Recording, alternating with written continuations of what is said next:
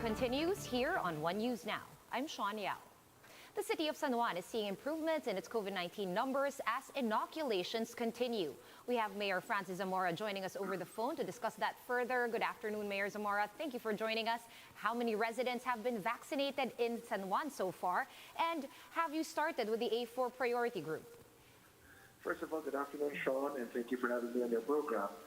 As of yesterday, we have vaccinated 33,763 San Juaneños, and that represents 40% of our target population to be vaccinated. And we have started with A4 already. In fact, we have two categories of A4. A4 essential workers and economic frontliners from San Juan, working in San Juan or other cities, and the reverse, A4 from other cities working here in San Juan. So we are vaccinating both categories of A4. Our San Juan residents get vaccinated at the Phil Oil Flying V Center, and the non-San Juan residents get vaccinated at the Greenwell Shopping Center Theater Mall. All right, and now that you have vaccinated over 33,000 San Juaneños, how long before the city of San Juan gets to finish its vaccine stockpile? Are you also experiencing issues of low supply in San Juan? Well, to be honest, we have never experienced the low supply here in San Juan. The DOH would always make sure that once our supply levels reach around 1,000 or 2,000 doses, they would deliver to us. So hopefully this will continue, and for as long as we have sufficient vaccine supply, I don't see any problems. So it's really just a matter of time. We are now vaccinating between 2,500 up to 3,000 a day using both sites, and given those numbers, I believe we will be able to reach herd immunity in probably just a few months. All right, interesting. But with regard to reports that there are some vaccines that are being stored for too long, are you experiencing the same problems in San Juan, or have you gotten the same reports in San Juan? We don't have any problem with that because we implement a first in, first out policy. We make sure that we do not waste any single vaccine. In fact, there was a time when we had Pfizer, we were only given 5 days to vaccinate 5,850 first doses, and we were able to do that. Also, when we had AstraZeneca, we were asked to vaccinate at first before Sinovac because it had an earlier expiration date. So we really monitor the vaccines that we use, and whatever has a longer shelf life, we use after those that will be expiring ahead. All right, good to know someone's monitoring expiry dates with regard to vaccine doses. Moving on now to another topic, we have the IATF allowing the reopening of gyms and other establishments at a limited capacity. I'm just wondering, how will the San Juan LGU be carrying this out? Well, of course, we will always follow the IATF guidelines. In fact, I myself go to the gym, and for about a month or two now, gyms have been closed. So as mayor, of course, I will make sure that our gyms will be compliant to the operational capacity. And of course, we have to make sure that all minimum health standards are followed by gym operators and, of course, the clients as well. And all of these will be very welcome to all of us as long as everyone really adheres to all minimum health standards. We have to reopen the economy slowly but surely. That's what we're doing here in San Juan. In fact, just today, we issued a safety seal to the Greenwell Shopping Center along with the DTI and the DALG. So the Greenwell Mall or the Greenwell Shopping Center is now fully compliant to the DOH guidelines in terms of safety. All right, what about, and I think a lot of people are waiting for this, protocols? What will they be like for fully vaccinated senior citizens who have been allowed by the IATF to go outside their homes? Yes, actually the IATF has already allowed it, so I'm just waiting for the official guidelines. Just a reminder to all our senior citizens who will be allowed to leave their homes already as long as they have been vaccinated with 2 doses, we have to continue to be careful. We must not let our guards down. We must not be too complacent because even if we are vaccinated with 2 doses, it does not mean we will be 100% protected. We still have to wear our masks. That is my advice. We still have to really adhere to all minimum health standards. I don't want to take a chance, especially on our senior citizens who are more prone to contracting the virus. All right, and finally, Mayor, San Juan City has been lauded for its best practices against the COVID-19 pandemic, considering, of course, that the first cases were spotted there. What key measures would you now recommend and share with other LGUs? Well, I'm really focused now on our vaccination program. I truly believe that as mayor, it's an important undertaking, and I'm really hands-on with this. And I want to make sure that everyone who is qualified in terms of age and health status will get vaccinated. So everyone must register and wait for his or her turn based on the priority list. But one thing's for sure, if we're able to vaccinate the majority of our population, the number of active cases will continue to go down. As of today, it's down to just 88, Sean. And it declined on the 96 last April 12. All right, and thank you, as usual, for your time. That was San Juan City Mayor Francis Zamora over the phone. Thank you, Mayor. Thank you very much. And the Health Department has reported over 6,600 fresh COVID-19 infections. That brings the country's caseload to above 1.3 million, some 61,000 of which are still active. The virus killed at least 296 patients overnight, while more than 3,100 have recovered from the disease. And those who want to go to Bicol from the NCR Plus bubble may now do so via the Parañaque Integrated Terminal Exchange, or PITEX. Let's check out how things are going over there with News 5 correspondent Gerard de la Peña.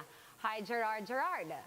What should commuters headed to Bicol expect? Do they need swab tests? What do they need to bring and prepare? Well, Sean, bus trips between Metro Manila and the Bicol region are already operational, but both bus operators and commuters are complaining of slow and tedious process. Actually, it's been weeks since the Parañaque Integrated Terminal Exchange, or PITEX, started hosting trips between Metro Manila and Bicol. But it's up to now, there are only a total of 5 bus trips going to the Bicol region. The PITEX management said they are coordinating with the local government units to increase this. Only 30 passengers are allowed per trip, as LGUs want to make sure that protocols are being observed. This is tedious for some passengers because they have to book their trips 48 hours in advance. They also have to undergo rapid antigen testing at the PITEX as part of the operator's protocols against fake test results. In addition, they have to sign up in a manifesto which will include their names and other details. The driver will show that to the LGU to make sure that there are no passengers picked up along the way. Bus operators said LGUs being too cautious in allowing entry makes the process slow. PITEX is in talks with other Bicol LGUs such as Naga and Sorsogon, but they appear to be in a wait-and-see mode. Bus trips to the region from Metro Manila resumed after more than a year due to COVID-19 restrictions. Other LGUs, especially in northern Luzon, have yet to allow provincial bus operators. Sean, we are seeing quite a healthy demand from passengers here, as we saw some passengers lining up for tickets here at the PITEX. We also saw some passengers lining up for swab tests here at the PITEX ahead of their trip starting at 6 p.m. tonight. Sean. All right, thank you so much for that update, and stay safe out there. That was News 5's Gerard de la Peña joining us live from the PITEX. We'll have more stories after this short break. Stay with us.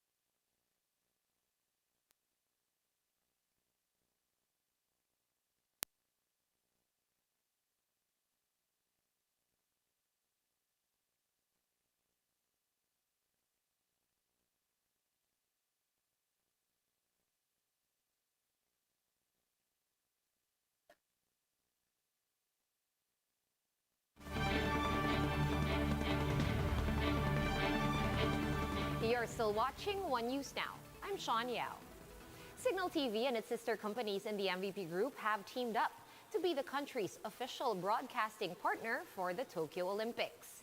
Pat Mangune joins us live from Quezon City for the details. Hi, Pat. What are the coverage plans so far for the Tokyo Olympics? Sean, Signal TV, TV5, PLDT, and Smart have joined forces for a broadcast partnership that will bring a multi-platform coverage of the Tokyo Olympics. The games will be aired on free TV via TV5 and One Sports, and pay TV on Signal's One Sports Plus, and 2 additional pop-up channels dedicated for the games. PLDT's Triple Play and Smart's GigaFest subscribers will also get access to 8 more channels directly from Tokyo for live streaming or on demand. MVP Group of Companies Chairman Manny V. Pangilinan said, delivering a comprehensive broadcast of the games and of our athletes sends a message of hope amid the challenges of the pandemic. Sienna Olaso, Signal TV Vice President for Channels and Content, said they have prepared teams 3 times the number of delegates they previously sent to cover the 2016 Olympics to ensure the simultaneous broadcasts. So far, 10 Filipinos have qualified for the Olympics, with dozens more looking to seal a spot. The games are expected to begin on July 23 and end on August 8. Sean, PLDT Smart CEO and President Al Panlilio believes that the games should proceed with the proper health protocols in place. This is amid calls for its cancellation as Japan continues to face another wave of COVID-19 infections. Sean? Thank you for that update. Stay safe out there. Pat Mangune of News 5 joining us live from Quezon City. Let's move on now to other stories we're keeping our eyes on. The Health Department is urging the public not to lie about their health conditions just to be able to jump the vaccine line. Undersecretary Maria Rosario Vergeres says violators could face up to 50,000 pesos in fines and jail time of up to 6 months for forging medical documents. This warning comes on the back of reports that several individuals have faked their comorbidities just to get ahead in the queue. The Commission on Elections, or COMELEC, has assured the public that there will be no overseas ghost voters in next year's polls. Attorney Philip Marin of the Office for Overseas Voting said that an automated fingerprint identification system will be used to weed out multiple registrations.